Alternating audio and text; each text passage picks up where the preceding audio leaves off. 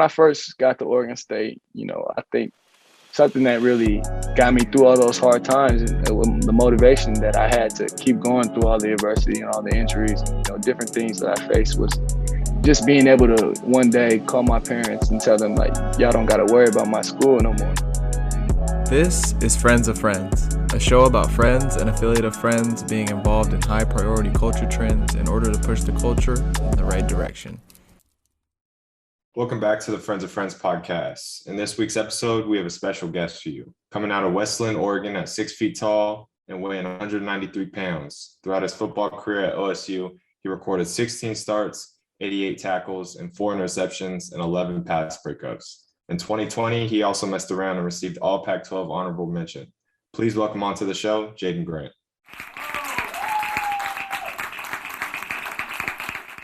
What's up, y'all? What's going on, my man? All right, so if you just want to introduce yourself and let the people know what you're about, that'd be lovely. For sure. What's up, y'all? My name is Jaydon Grant. Grew up out here in Oregon, West Linn, Oregon. Went to West Linn High School. Played basketball my whole life. Ended up walking on playing football at Oregon State. I'm now in my 6th year here. Thanks to COVID, got another year. So back here finishing up my master's. I'm getting my master's in marketing and analytic insights. So yeah, that's pretty much me. There we go. Yes, sir. All right, now to the question. So for the people that might think that you're, like you already stated, that might think you're a straight football player, what was your first sport love? What'd you fall in love with first? Yeah, it was basketball, bro. I was never a football player, nothing like that. Shoot, I grew up playing against JJ. Straight everybody hoops. My whole life. Yeah, so it was always basketball. Straight hoops. So what was it like growing up with a professional athlete as a dad? How would you say it kind of molded you as a kid? I mean, it was cool. I mean, all that stuff at that time, being so young, it was just all normal. He was just pops, you know what I mean? But then, you kind of grow up and you have these aspirations to be a professional basketball player, and now being a professional football player, you kind of reflect and realize, all the value that was provided to you just by, having dad around on, how to carry yourself like a professional. And then, off the field, more importantly, is just, how to be humble. Both my parents are extremely humble people. So just, having them as, a prime example of how to treat people, how to love people around you, and basically just how to navigate through life. Just thankful for them, both of my parents. All right, so when was the moment that you knew that you would double down on football? Was it a certain conversation you had with your family, or was it like somebody that you talked to? It's just like, you should do this? Man, so crazy story is, like, I was on a recruiting visit for basketball at Portland State. I think they were playing Montana State at the time. And I was going to the bathroom, and I seen Houston Lillard at the concession stand. And he waved me over, and I seen him talking to some dude that was in, looked like some type of coach, was in Portland State gear. And I'm thinking in my head, like, I know that's a football coach. So I was annoyed. I was annoyed at the time because he had been trying to get me to, play football. And I'm like, bro, I'm a hooper. What I've been working for my whole life. Like, I ain't playing football. That was just for fun. And then I get over there, and he was the DC. He told me he was going to check out my film. Said he, wasn't going to promise me anything, but he was just going to check my film out. The next day, we were going down to Tacoma for one of those MLK weekend exhibition games. I know. And got the call, and they offered me a scholarship. Man. So that was kind of the pivotal moment for me, because, I was still working for that in basketball. And that's, the phone call that I aspired to get, for basketball at the time. And then to think that, I barely played football. I was just really doing it for fun. I didn't know anything out there, had no experience. And then all of a sudden, this coach watches my film, and the next day they call and offer me. I felt like, I had a better opportunity, a better chance to really reach my dreams of just competing at the highest level, going the football route. So I would say that was probably the moment. Damn. So, man said, let me try football, I know, that's crazy. Senior year, man. Let me just go out there and see what it's about, man. That's crazy. On me, bro. Pick up a Scally. That's fire. So you get to Oregon State as a walk-on with no idea what your playing situation would be. Is the statement, trust the process, a surreal statement for you?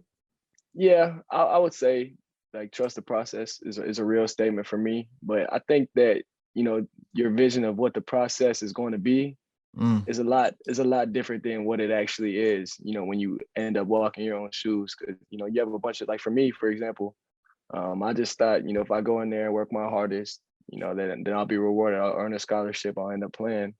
But that whole entire process was delayed, from injuries. My first 3 seasons, I think I was only healthy for maybe 6 to 8 games for my first 3 seasons, and I was doing pretty well too. Man, when I first came in, so it was out there playing, and seasons kept getting snatched away from me. So that was the biggest thing for me, is I never went to college anticipating that I have extra years, because I've went through so many injuries or whatever. And in those times, it's just trusting the process, and believing in yourself, and remembering why you're doing this. Because at first it was I was going through all these injuries, and I'm still thinking about basketball damn near. So when am I switching over? Yeah. And then JJ, me, I grew up, I had a basketball body, I still am not like some of these football dudes, you feel me, that are all big. And so it's just for me, I'm man, well, I'm putting myself through all this, for football. Said I can easily make the transition. I got this shit all I got this shit all wrong. But then it's just you keep on going, you just stay down, and you keep on, trusting the process, like you were saying. And then eventually, God's blessings appeared to me. Yeah, everything starts to fall into place. So what was it like receiving that scholarship from the Oregon State coaching staff, and how was it presented to you?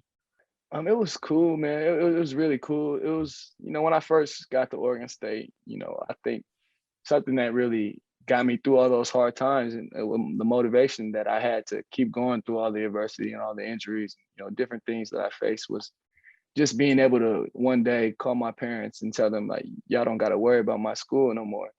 That was the biggest thing for me, because, like you said, growing up, I was so fortunate and blessed to live the life that I did, growing up, and have the support from my parents that I did, that I really felt like when I walked on to Oregon State, that, this was my opportunity to pay it back to them somehow. I mean, I just wanted my family to be proud of me, honestly. So basically, I walked on to Oregon State, and like I said, went through a bunch of different injuries. So the first staff, within my first 2 years, was making a bunch of plays. So I was kind of right there about to earn a scholarship. And then my coach left halfway through the season, and we got a new head coach, which is my head coach right now, after that. And so when he came, I'm like, damn, they don't know nothing about me. You know what I'm saying? Yeah. They don't know nothing about me, who I am, the type of person I am.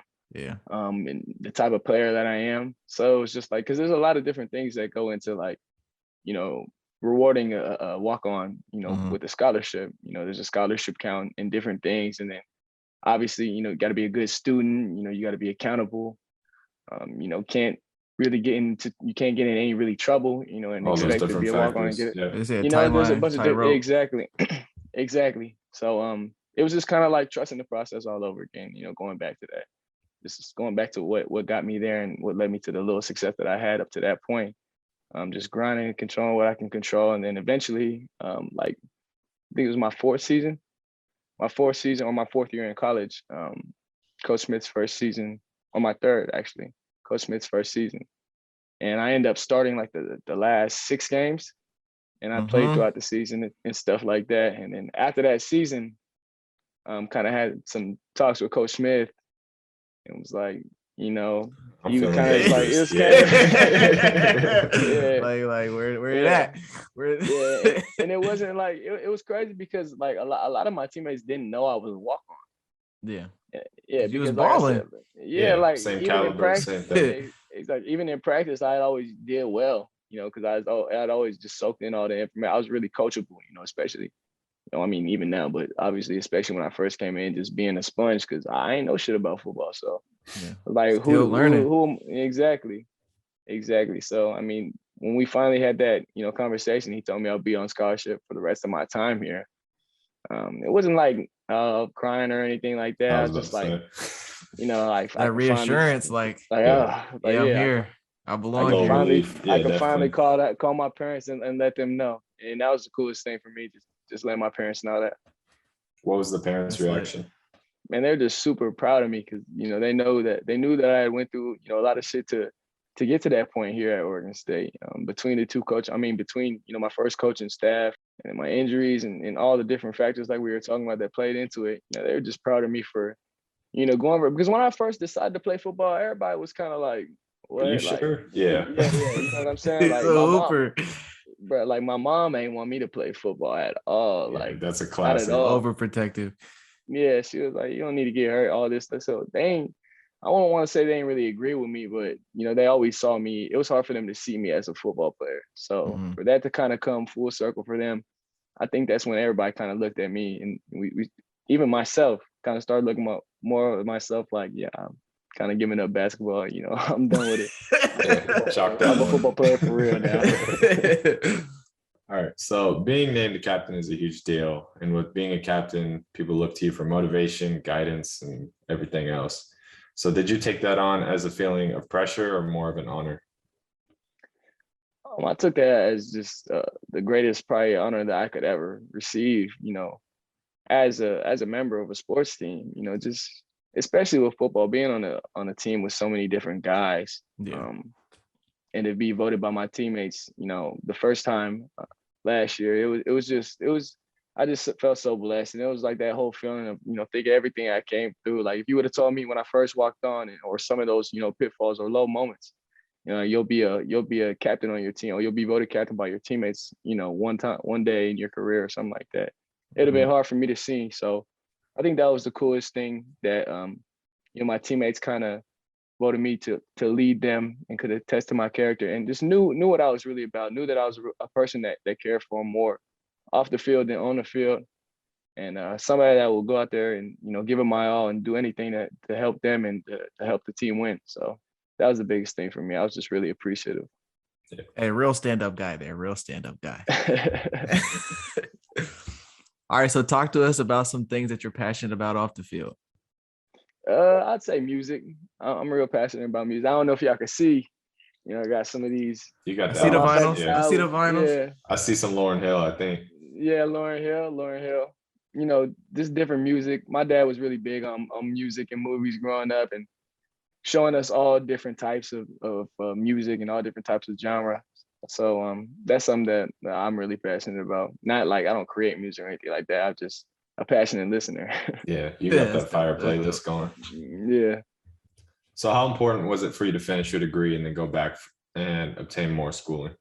I think it was really important for me, because when I looked at my situation, you know, getting extra years back because I was hurt so much once again, I was just like, why not, you know, make the most of it? I finished my undergrad in like three and a half years, and then ended up starting a business certificate, a graduate certificate in business analytics. And, you know, that was challenging because it was grad school, and, you know, I was like, you know, I still have, you know, some time left here, and, you know, things were getting harder. I was getting more tired of school and, you know, different things like that. But I always, you know, my parents always taught me the value of education, and to always, you know, strive to be the best that I could be, you know, whether that's on the grass, on the court, you know, or off the field, you know, out of my sports realm. So I knew that, you know, putting myself through hell, or, you know, whatever you would call it. Couple extra years, a couple extra years of school, even though it was going to be hard, you know, I would definitely look back on it and regret it if I didn't. Say, dang, you know, why did you kind of shy away from that challenge? Definitely. But that boy Booksmart, he not one of them. All right, so we're going to transition to the fast questionnaire round. And the first question we have, Deion Sanders or Darrelle Revis? Oh, Deion. Gotta go Deion. He's swaggy with it. Yeah, he's swaggy with it too. Best Jamba Juice smoothie. Oh, best Jamba Juice smoothie. I got two. So my two go-tos is I usually get a large Caribbean Passion, add fresh banana. Heard you. And then I get a large banana berry, add fresh banana. You know, usually the banana berries for the like the rainier days, kind of like, you know, now, and then the Caribbean Passions for the summertime. Sunny days. Okay, yeah, seasonals. Exactly. Oh man, I'm weak. Bro got the Jamba Juice credit card up in that thing. Oh man. All right, go-to pregame artist. Who you locking in with? Ooh. I mean, when I get off the bus, I always listen. I mean, for this season, every season it's like a different song that I just listen to every time I get off the bus. Try to get in the zone, especially home games because they have all the fans and stuff around. Yeah, and it's a really cool spirit. So I listen to "Humble," "Getting Off the Bus" by Baby. Okay. I messed with Baby before the game. Dirk, Young Boy for sure. Yeah. And then Drake too. Got to. That young boy get you in that murder mentality. That's after he greased the crowd. Take some heads off. All right, wake surfing or snowboarding? I wake surf better. I wake surf better. I wake surf more. I probably say wake surfing. But I just snowboarded for like the first time in 10 years this past, or like almost a year ago now, this past winter. And I mean, shoot, it was super fun. So I'm sure if I don't know, I would say wake surf. Yeah, easier, right? Yeah. All right, where we going with, Madden or 2K? I'm him at both, but I'm him at both. But I might have to say I'm probably more dominant in Madden. Yeah, I'm not gonna lie, you legit at Madden. I'm not gonna lie. Oh yeah. I'm not gonna lie. I forgot I used to take your money, JJ. Man, I swear I was elite. I thought I was good, man. Then that man Jaydon put it on me. I was like, wow. Let me just go back to 2K. That was back in high school too, huh? Yeah. That's an uninstall. A 360. All right, we got turf field or grass field. Ooh. I would say like at its peak, I would say grass, because like some grass, like Arizona State probably got the nicest grass I done played on. Yeah. But like damn near turf, but it's like it's real grass there. Yeah, but like UCLA's, I thought it was hella hard and it hurt to kind of fall on and stuff like that. Ankles they got concrete under breaking down. On me. All right, 3 items you can't live without. 3 items I can't live without. Yeah. Ooh, I say the game. I don't want to say I can't live without it, but I don't want to go without it. You know what I'm saying? It needs to be there. Yeah, catching me off guard a little bit with Got that. you thinking. The phone. The game, the phone, the wallet. The wallet. Gotta have some moolah with you. Got you. All right, UFC or boxing? I think boxing obviously more of like a spectacle, like get together and watch, the fight, big event or whatever. But UFC, I probably say is more entertaining for me to watch. Yeah, at least recently. Yeah. All right, new school versus old school. Damian Lillard or Brandon Roy? Dame.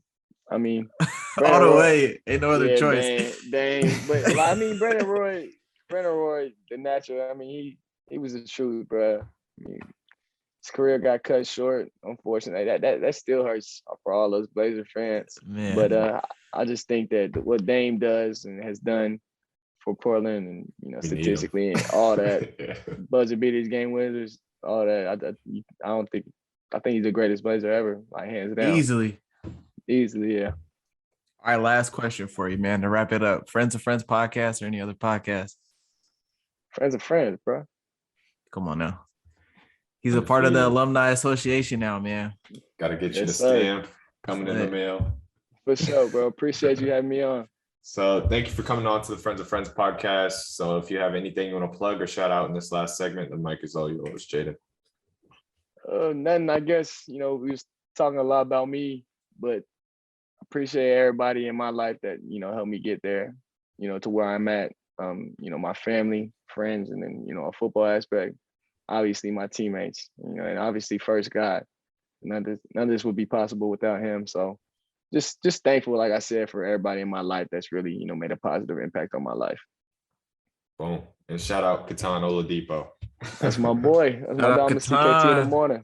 Yeah, that's crazy. Yeah. We should talk about KT because it's crazy, but like seeing his development from when I remember when JJ first hit me, like I was like, look out for my son. College, on me. Freshman year of college, like I got a homeboy coming to Oregon State. Like, look out for him. I was like, for sure. Yeah. Here come KT, bro. That dude's came a long way, bro. He turned into a dog. I'm not gonna lie. He is, bro. You see him? I guess he wasn't that big in high school. Not at all. He was super skinny. Bro, he's big now, bro. He's big because of his dudes, leadership. He's starting to lead a lot too. So I like that. I'm proud of that dude, man. There we go. Thank you all for listening to this episode. If you enjoyed this episode, subscribe and share with your friends. And for further updates about the podcast and episodes, follow us on Instagram at friendsofriends.pod.